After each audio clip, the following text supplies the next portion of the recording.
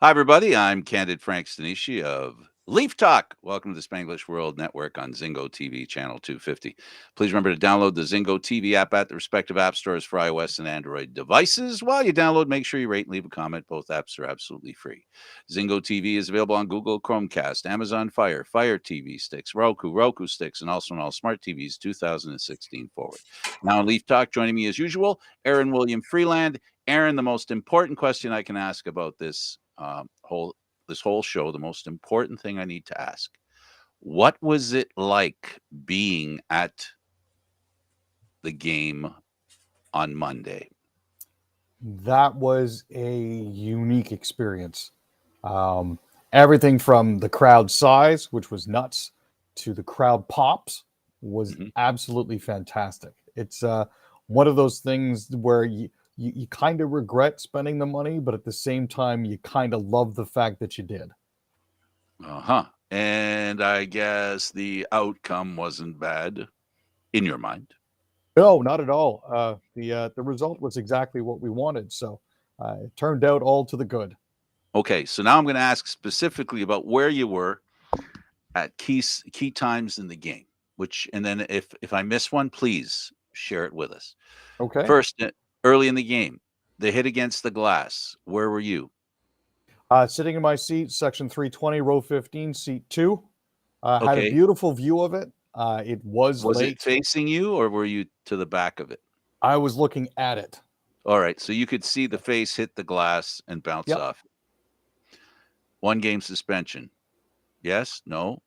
I mean, the hit in and of itself was questionable. It was from behind, so I can understand them wanting to do something like that. But I don't know if sending a message like that at this point in the playoffs is 100% necessary. I mean, it was like 5 minutes into the game.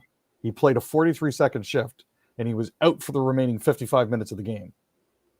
I don't exactly think giving him a one game suspension really works in this context. But if you continue with George Paris's perceived bias against the Toronto Maple Leafs, then it fits the narrative perfectly. Well, we're going to, we're going to get mm, events that either support or conflict with what you just said. It will happen. This is a team, the Tampa Bay Lightning, that is, as far as statistics go, statistically, they initiate a lot more after the whistle than any other team in the National Hockey League. So therefore, there's going to be stuff, and what we saw there after the incident. No, it wasn't after that incident. The next one, which was I think around the same area, so you probably saw a good view of the hit that started the melee. In other words, Simmons's driving of shoot, I forget the guy's name. Was it the defenseman? Yep. Right? Yeah, it was and again, it wasn't a dirty hit. It was a No, that was good, a clean hit. That solid, clean hit. I Yeah. don't want I don't want any misunderstanding here. It was a hit that could have broken ribs. That's the worst thing that could have happened, and that's bad. But it's clean. You're allowed to body check body. It's sort of in the name. But yeah, and again, you saw the hit, and that was off to my left. And then from there, Corey Perry decided And somehow that Wayne deserved a talking to. or And had to go Wayne, enter into a fight. He yeah. had to fight because of that clean hit. And here's the thing, Wayne wasn't having any part of it because Wayne doesn't play like that. He makes the hit, it's clean. I'm going to skate away. If you want to try to engage and start a fight, that's on you. I'm not going to be bothered with it. So, Perry continued to pursue him all the way down the ice And he with had Pat Maroon in company. tow. Yep, with And he Pat had Maroon in company. tow. Yep. Maroon. And Maron. then just when Freudian slip. everything seemed to be calming down again, somebody must have said something because somebody took a swing at It somebody was and then it Simmons. was on like Donkey Kong. They followed him all the way into the Leaf corner, and then Yep. Simmons took that turn towards the bench. And as he took the turn towards the bench, you could see that he turned his head to Perry, and Perry lost lost his mind with what he said. And I know that they had a double minor after all that, but I don't know why there wasn't a third man in, an ejection, because both those players um, were after the one player. So one of them should have been eliminated from the game just because of that kind of behavior. But you know what? It's the Leafs, and they're a pincushion. You're allowed to do that stuff. But here's the problem now that Tampa Bay just found out. Morgan Riley can fight. Riley on Ruda in the corner was a rather interesting tussle. When Morgan Riley gets angry enough to try to drop the gloves with someone, then you've gone too far. Ruda was cut pretty bad as well. I think it was from where Riley pushed his head into the ice. It might have been from when his head made contact with the ice inside his helmet. I'm not sure. All I know is he came up leaking claret, and they got everybody into the box and tried to settle everybody down and did a reasonable job of it after that. But this is a case where Tampa is trying to see how far they can push the envelope before getting a reaction. Well, because historically teams have been able to do that to the Leafs in the playoffs, but instead it was a Ruda awakening for the Tampa Bay Lightning. Indeed. We're on fire today, Frank. You're welcome. Oh, am I? Pants on pants. No. So the physicalness of the game. I've talked about this with the Leafs for ever since they drafted Matthews. It's always been a case of, and I want to make this clear, I don't agree with the hit. And I'm talking about the shoulder hit that bounced a player's head off the glass. I don't approve of those kinds of hits.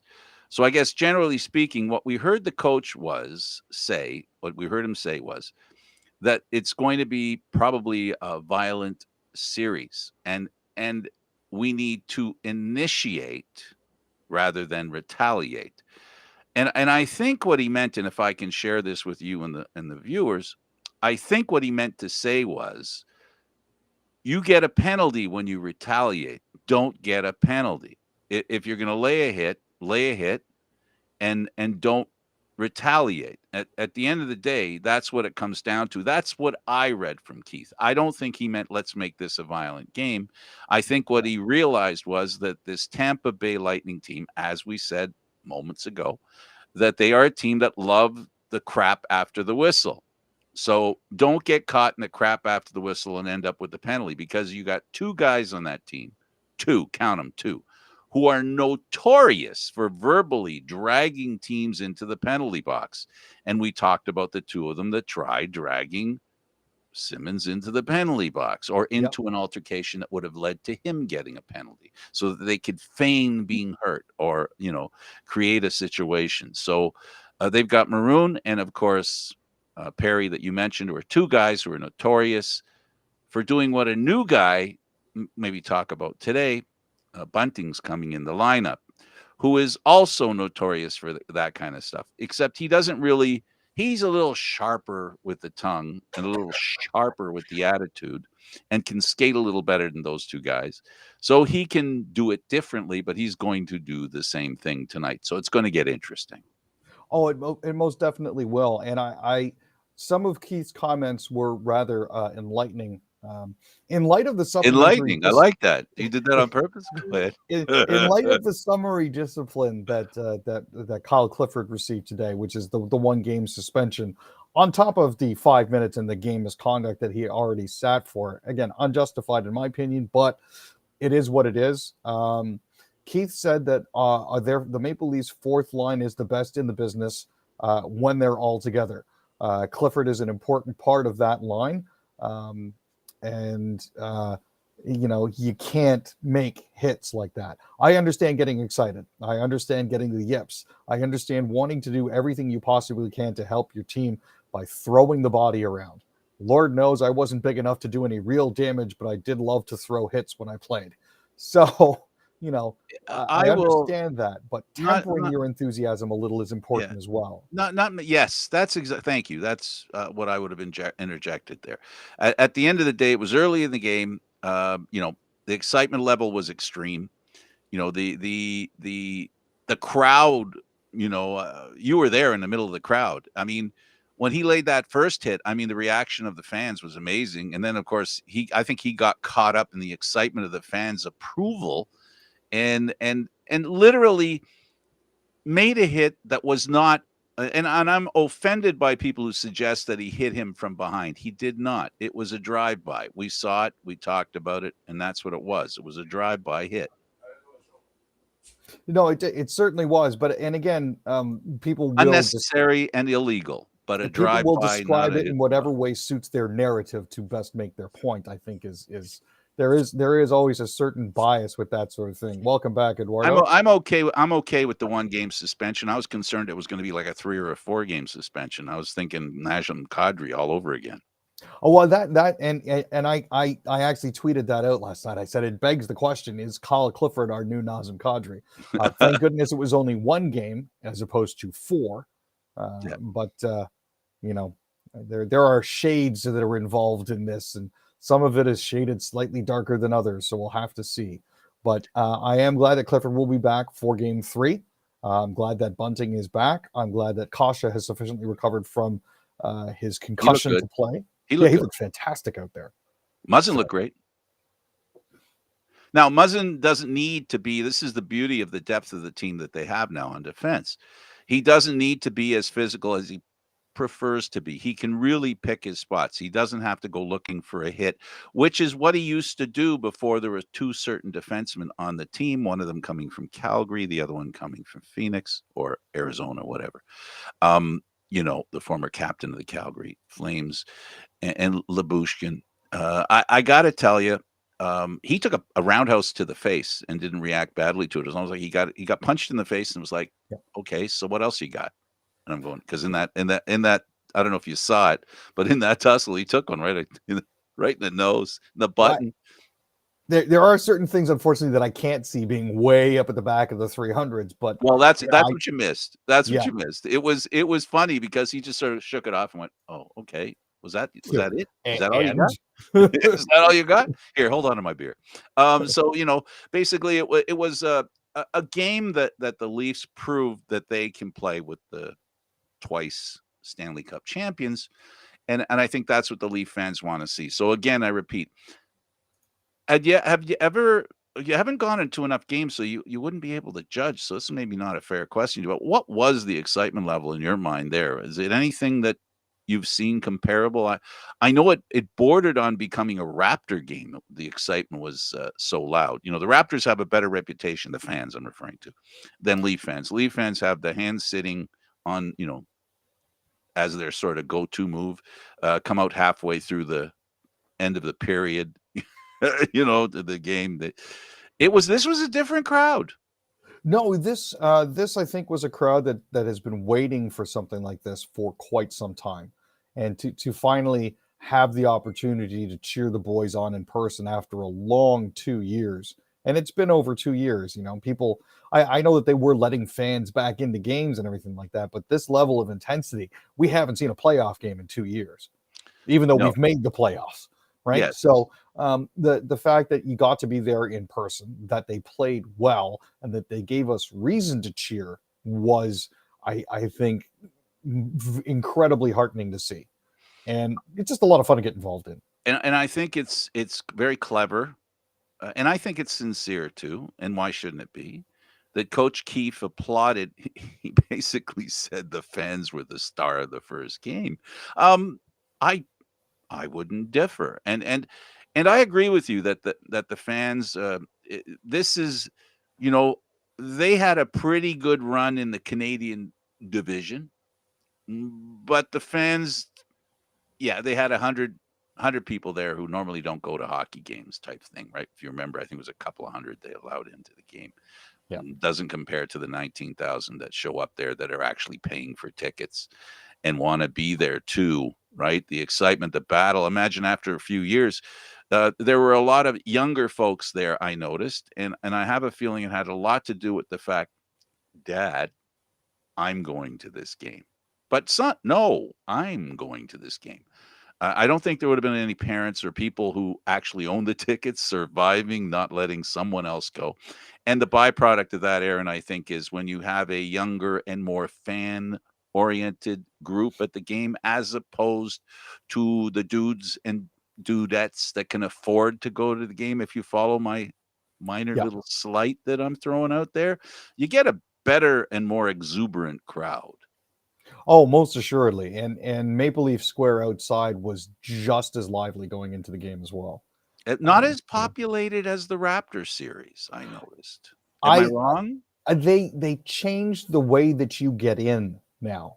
It used to Uh-huh. be just free for all. Now it's more controlled. There are a limited number of free passes that they actually release to the public for that sort of thing. It was more full towards the end of the evening. Either that or they just asked people to crowd more towards the stage. But it's one of those things where both inside and out, they do still have to try to be responsible. And Um, I think also, I think what you're seeing is a reaction to history. You know, the Leafs have not had a lot of success going into the playoffs and advancing to any extent. The Raptors, on the other hand, have won a championship in recent memory, have won some series. They've looked very effective this year. I think what we saw, and this is the way it works, right? I mean, maybe next year the crowd won't be so big at the Raptors because they'll remember what happened this year. Maybe next year, if the Leafs win Series One, maybe Series Two, then what'll happen will be next year we'll see the Leaf fans show up more. Because let's face it, fans love winners, and the Leafs won big 5-0. Campbell. Stood on his head, was absolutely fantastic. Here's David Morisuti joining us. Hello, guys. Making it here for the last few minutes. All right, so we've had a conversation how the game started. The one game suspension very quickly. Oh, it was deserved. It was not a good hit. Timing was not good, and the player was in a vulnerable position. You're gonna get that almost every time. The NHL usually gets those ones right. The physicality in the game, Tampa reputation for being after the whistle Looney Tunes, most in the league as far as being involved in them. Oh, I expect the same thing tonight. I'm gonna expect I think a little more of that. I think you're gonna expect Tampa to try to get it early. Try to make that the story of the game. Try to make that the focus of the game for the Leafs rather than try to take the Leafs out of their element a little bit. Coach Keefe talked about the greatness of the fans. They should have been the first star. Your comment. Oh, for sure. I mean, the fans definitely get a bad rap at times for Leafs games, but in the playoffs, they bring it. It seemed like a younger crowd, David, and I was making a half tongue-in-cheek comment to Aaron about the fact that there were people who actually owned the tickets that couldn't say no to younger folks who wanted to go to the game and said, "Nope, you're not going. I'm going." Yeah, you know what? No, I'm seeing a lot of younger fans are willing to pay the money too because it's not cheap. Oh, I heck think no. just to get into the building is just over $200, which I mean, Aaron's foregoing a mortgage payment this year because of the game It he was went. it was half of a mortgage payment for Half of a that one mortgage scene. payment. Half a mortgage payment, yeah. So like that's the thing, right? When you're spending that much money, you're gonna try to get the best experience out of it. And they did a marvelous job of supporting the team. As I said, Coach Keefe considered them the first star, and I don't think he was far off from being right about that. No, I think he's totally right on that. I think but you have to understand how that's one game, and Tampa's going to try their best to take the crowd out of it. That they realize how much the Leafs fed off that crowd. Well, guess what? It's up to the away team to make that not a disadvantage for them. So taking the crowd out of it early, I think, whether it's an early goal or whether it's something like that. I would assume that Tampa's that first goal is gonna be the most important goal for Tampa. Campbell, we were just about talking about that. Aaron said he stood on his head. What do you think? Oh, this is the Jack Campbell the Leafs need to be successful. Even I said if they got average goaltending from Jack Campbell, they can win this series. But if he's going to go above average, I'm not expecting a shutout every night. But if he can be dialed in, calm, and collective in the net, it gives the Leafs a little more confidence to do what they need to do. Lyubushkin and the Calgary captain are not the same guys that the Leafs brought in on defense for short term.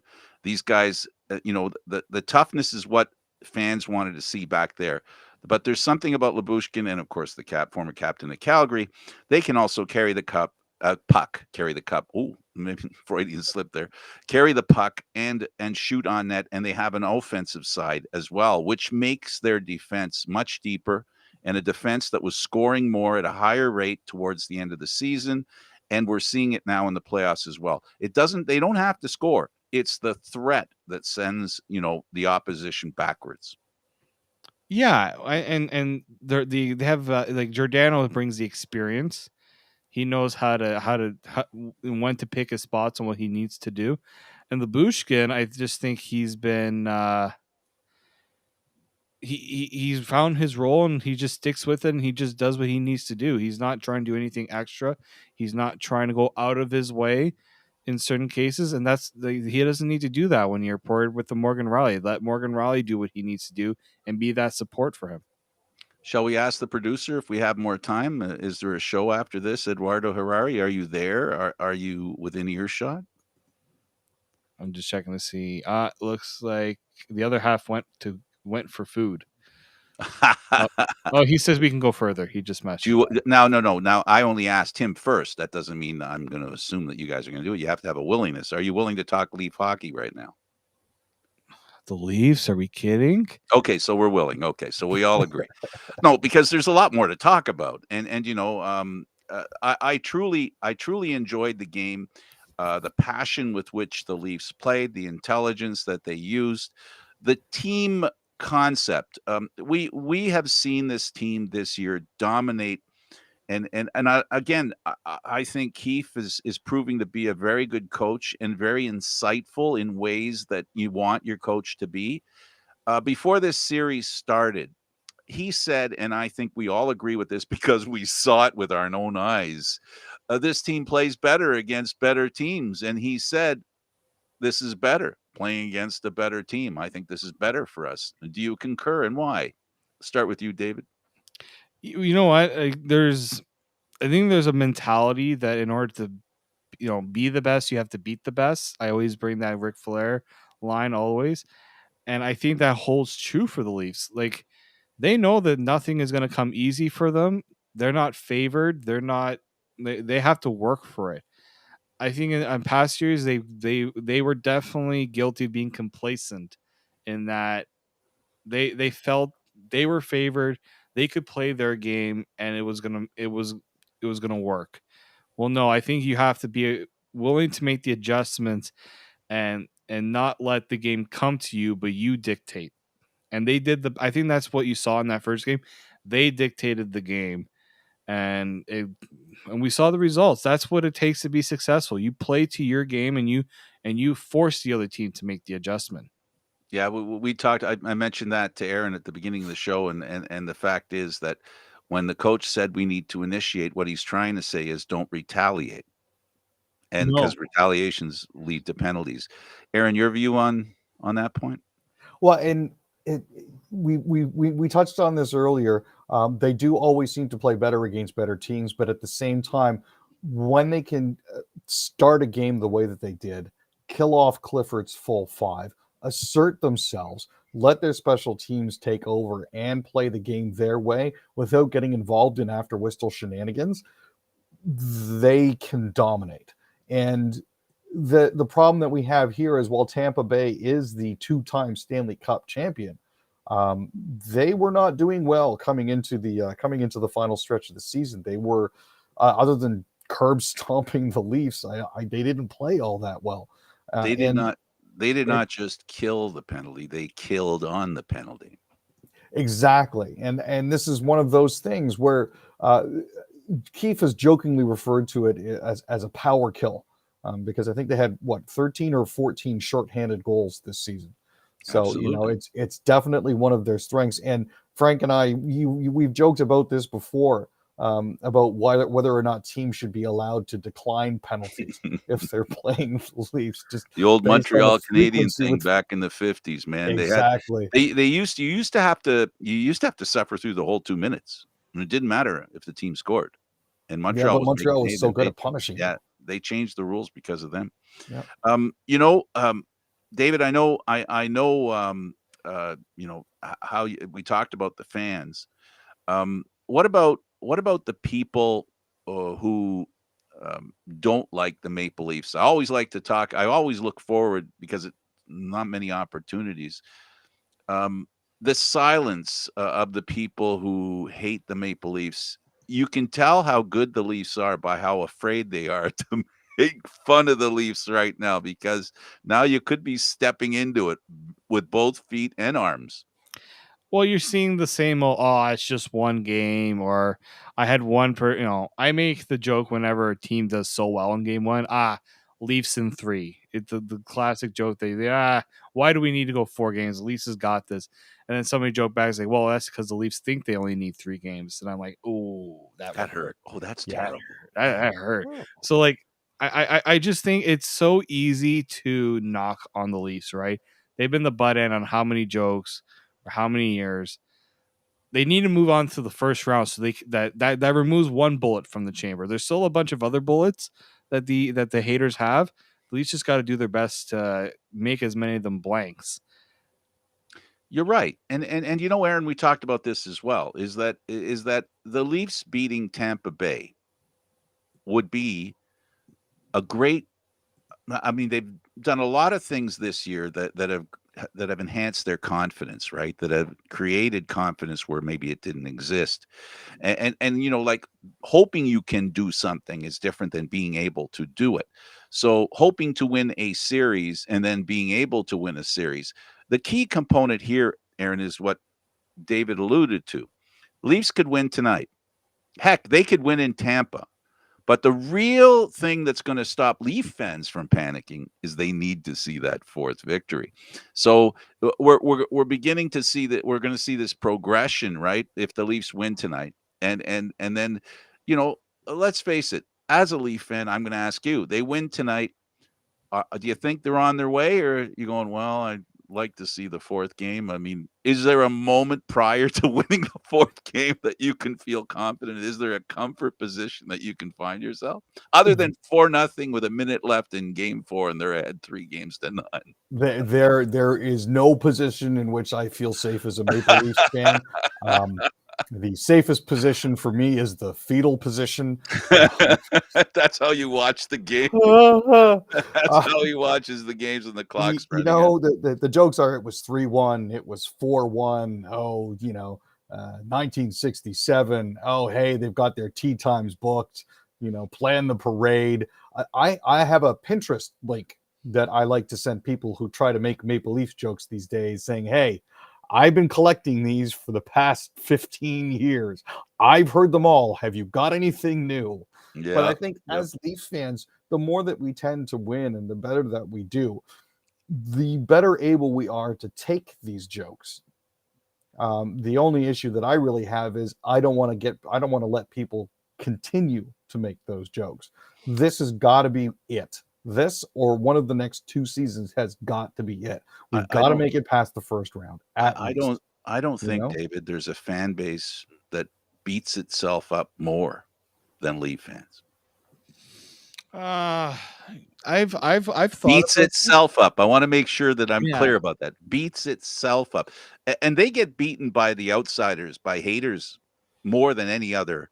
I was going to bring up Philadelphia sports fans tend to really beat themselves up and beat up their own. No, they beat their team up. They beat others up. I'm talking about Leaf fans beating themselves up.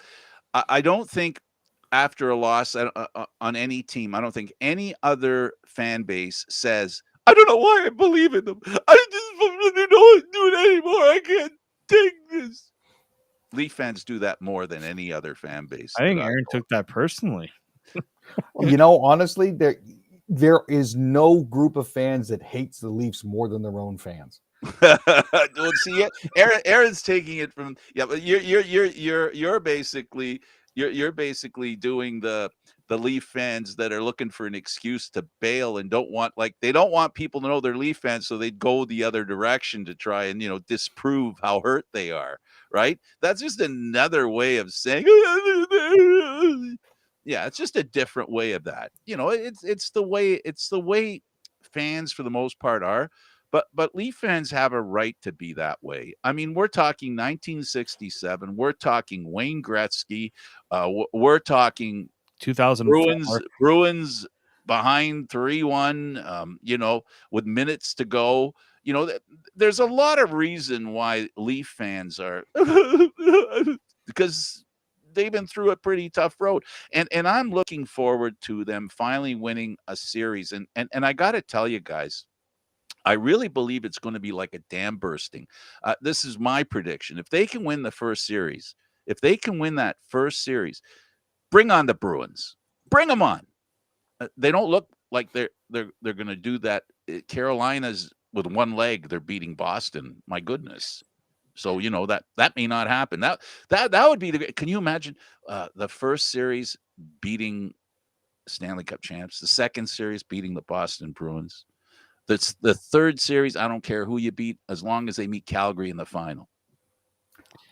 See, that would be my dream final. Or Edmonton. That would be my dream final right there. Everyone. A lot of people like a Calgary-Toronto final. I know up here they would really like it. I know down in the States they would hate it. No Canadian teams, please, because we don't like them. The only other team I could say in the West other than Calgary is Colorado. The Nazem Kadri thing, or just the fact that Colorado is the best team and they're so much like the Maple Leafs? That's really pretty much it, right? There's such a similarity between the two teams. The Nazem Kadri trade obviously will continue. That would be like the biggest talking point for a whole week leading up to the series. That would be the only other series. But to know that if, let's say that it is at least Calgary, to know that for sure the Canadian Stanley Cup drought would be over. No one in the NHL can't stop that anymore. That would be it. That would be a good, nice little omen to have. But I think if you're gonna wish for anything else, if you're a Leafs fan, you don't really want to see Colorado because they're really good, but it would be a fun series to watch. Hang on a second. I got a phone call. Yeah. Hello. Yeah. Oh, I'm sorry. I didn't mean to jinx the Leafs. It's okay. Don't worry about it. Stop panicking. We were just talking about it. I don't know what it is about Leaf fans. I mean, there's going to be people out there going, well, how can you guys be talking about them making it to the Stanley Cup final and who they're going to play? You're going to jinx us. You're going to ruin it. It's all your fault if we lose now. I don't think it really matters. We're just shooting the breeze here. We're just talking about, I think, what's going to be a fun playoff series, this one, and a fun playoff season. We have, David, we talk about the other Canadian teams as well. So maybe at this point, let's finish up with the Leafs in as far as the series is concerned, and we can go back to it. So now Marner gets his goal. Matthews has developed a reputation for scoring a lot of goals, so he scored 2 of them in that game. Very important. And the shorthanded effort, so many things that to me, I really believe the best thing that the Leafs do, unfortunately, is the one thing Matthews isn't a big contributor in, and that's special teams. This game, this 5-0 win by the Leafs, was brought on by, I think, what the Leafs have been through this season, the best power play and the best penalty killing for a portion of the season. And that those two things were their strength. And Tampa played right into the Leafs' strength. Yeah, I will say that like his impact on special teams is really only the power play. We saw that in game 1 with the goal that he scored. But I do agree. Like, he's not he's not in all situations. So like he only played 16 minutes in game 1. Austin Matthews only playing 16 minutes. I thought about that. I'm like, well, he didn't really play that much at 5-on-5 because neither team played a lot at 5-on-5. Exactly, which was surprising for him to do what he did in that game. In those couple of 5-on-5s that were there, And I didn't mean to imply that he's Yeah. irrelevant in the power play. Of No. course, he's relevant in the power play. But there are players who play the power play like Marner who also do penalty killing, Kerfoot, and it was a game. It was their game. And Kampf, his shorthanded goal with the perfect shot under the arm that no goalie can stop. No. It was a game. If you want to play a game that puts everybody in the penalty box, you're the Leafs. You're going. I mean, Aaron, last year when we were talking about this, and David, if you remember when we were talking about a couple of years ago when you were doing Leaf Talk with me, you don't want the Leaf power play out there. I think you're more fearful of their penalty killing. At this rate, yeah, I've never seen I've seen teams get chances on the penalty kill, but I've never seen teams actively look for ways to start plays on the penalty. Like the Leafs make it a point in whatever they're doing to try to get things going on the penalty kill. Lacrosse and the basketball word transition. They transition beautifully from defending to being the offensive threat when it comes to penalty killing. And Coach Keefe in his post game, pregame, talked about we let the guys go looking for it, but we want them to make sure that they're not gassed when they go down the ice, and that they have plenty left to continue doing what they're out there to do, which is kill the penalty. Yeah, but they can do both, right? They're not just relying on trying to get those breakouts. They can actually kill them. I think the biggest change in the Leafs penalty kill, and I've been clamoring for this for years, they have a center on the penalty kill that can win faceoffs. And it's not about I love Zach Hyman. Zach Hyman did a lot of great things in Toronto. He wasn't a They center. don't miss them. They don't miss them. No, I personally, I think they have found they've taken his $5 million salary, spread it across 3 to 4 players who all play different roles. Like I think the most, everyone talks about Michael Bunting as the best signing, which I think it is. Yeah, I But think so right too. behind was David Camp. Absolutely. And then Kasha. Yeah, Kasha. The only reason why Kasha hasn't worked out as much as we had wanted it to is because of the injury. That's it. But he's loved by his coach. He's loved by his coach. I feel it. I feel the love he has for Kasha. I feel the love he has from his teammates. Aaron, I know you're dying to say something. Go ahead. Jump in there, buddy. Well, I was going to say Kasha and Camp are a dynamite duo. They need to put them together more often. The other thing was, and well, hey, I mean, those three. You put the fastest straight line skater with two guys that know each other like the backs of each other's hands, and you have a dynamite shutdown line if you need it. The most well-rounded, best player on the Leafs. Outside of the big four, because it gets kind of hard to compare any of the players on the team with the big four.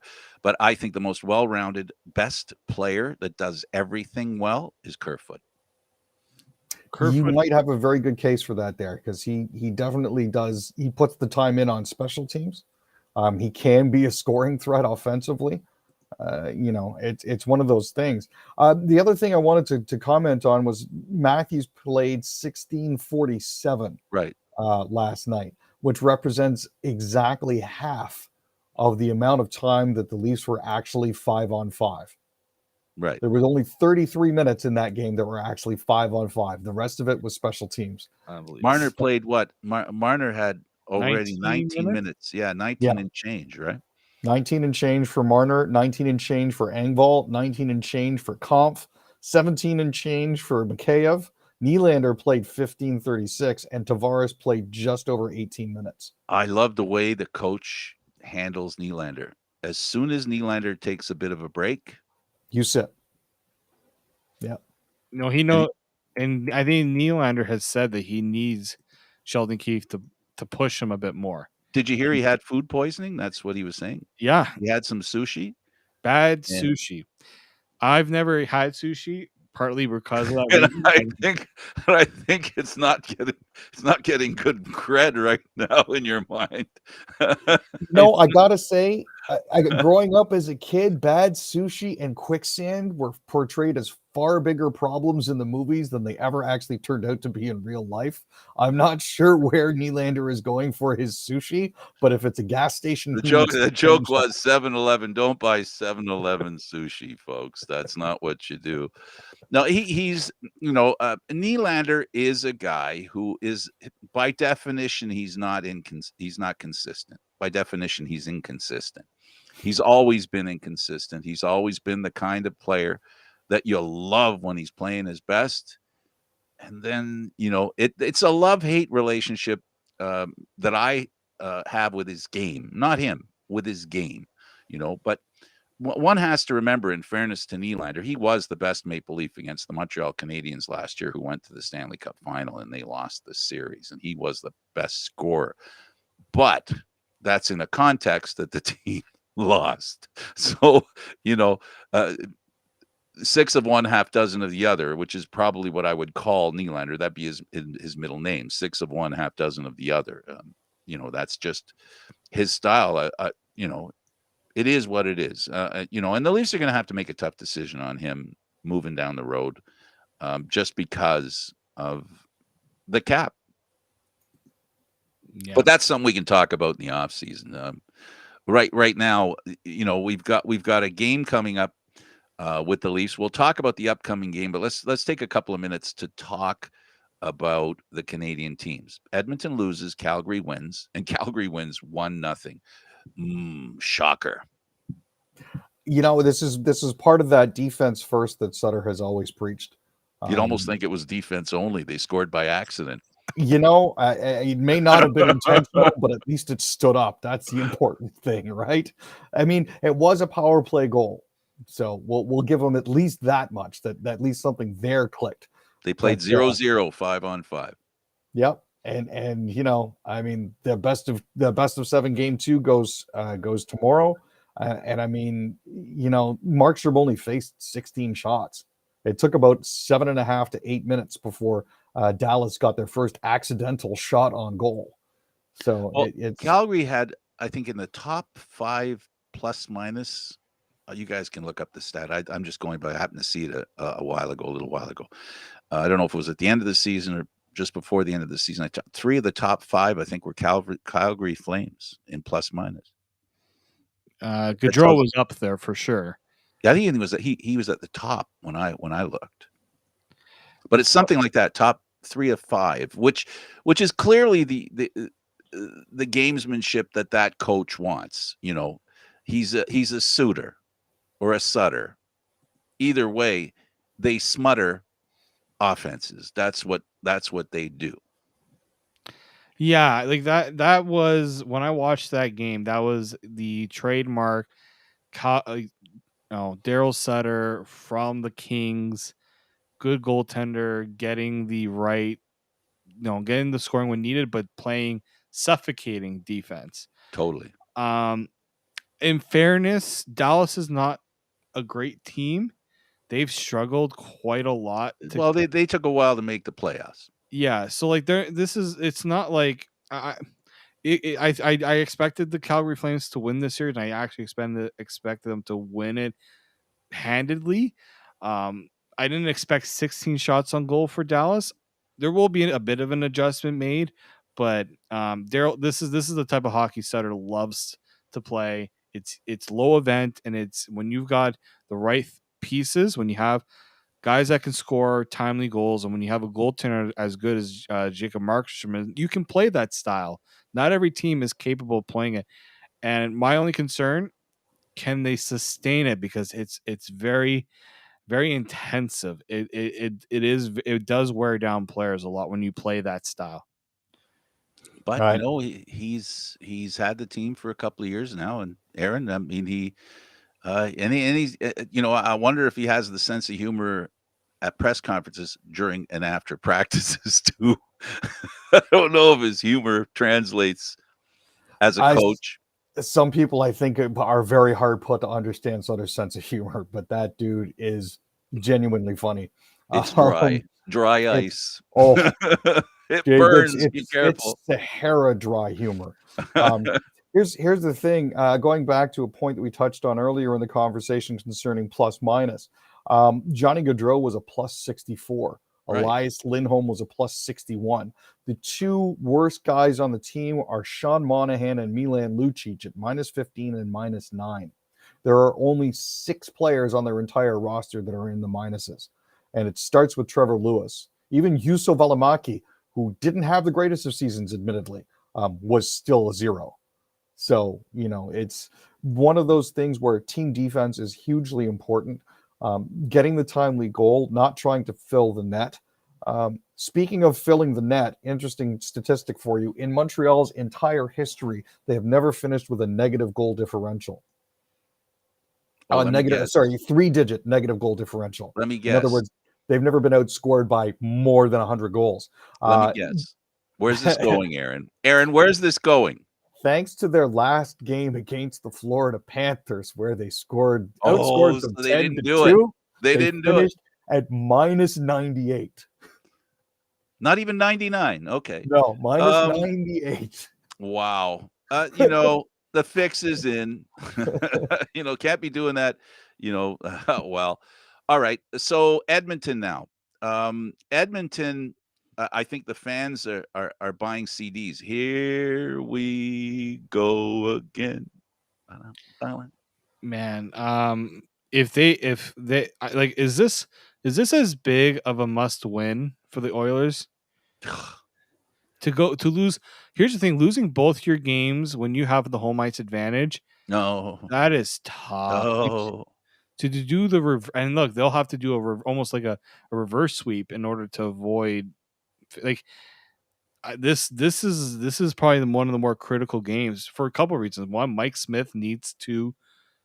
That's a lesson. I mean, the thing is that people say, "Oh, it's a lesson learned." I'm like, you have not watched Mike Smith play hockey. Mike Smith does this quite often On and a has regular not basis. learned his lesson. oh, yeah. I don't know.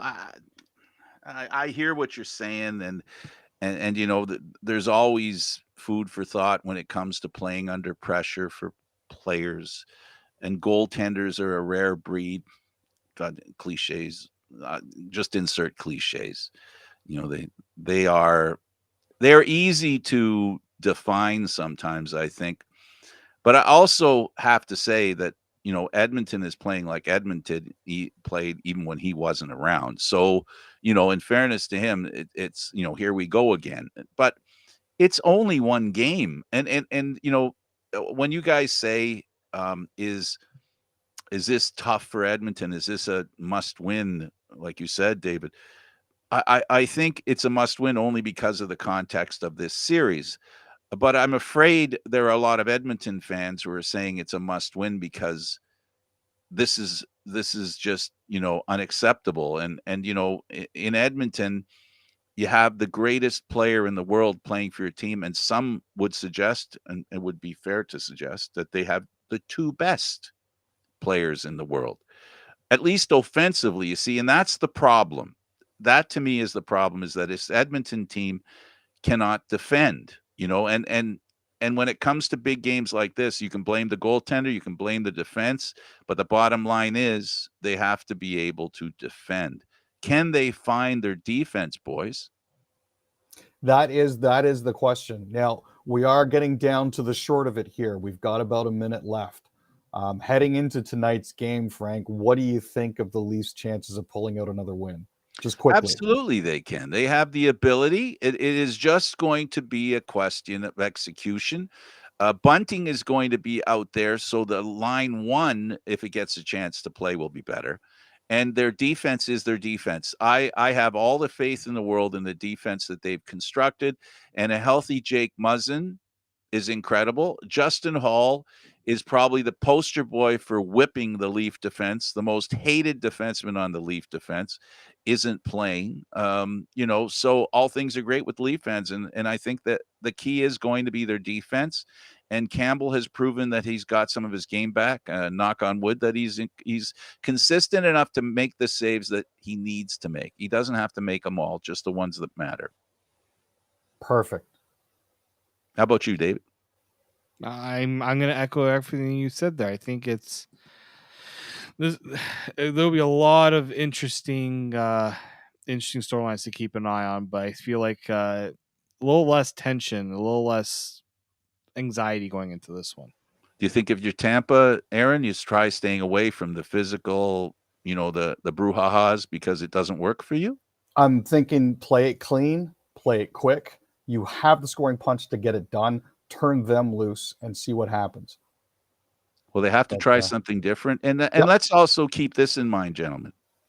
When you go into the playoffs in hockey, it's always been split the series on the road. And that isn't lost yet to Tampa. They still have that. They do. Okay. Thanks for being here, gentlemen. I appreciate you coming in. And Eduardo, thanks for the extra time. Thanks to Aaron, William Freeland, and David Morisuti. I'm Frank Stanisci of Leaf Talk, seen live Mondays, Wednesdays, and Fridays. This show can also be heard on the Spanglish World Radio Network for Leaf Talk, other news, entertainment, and sports programming we offer. Please check out spanglishworld.ca. Spanglish World. Watch it, hear it, read it, download it, and live it. Thanks for watching, everybody. See you next time.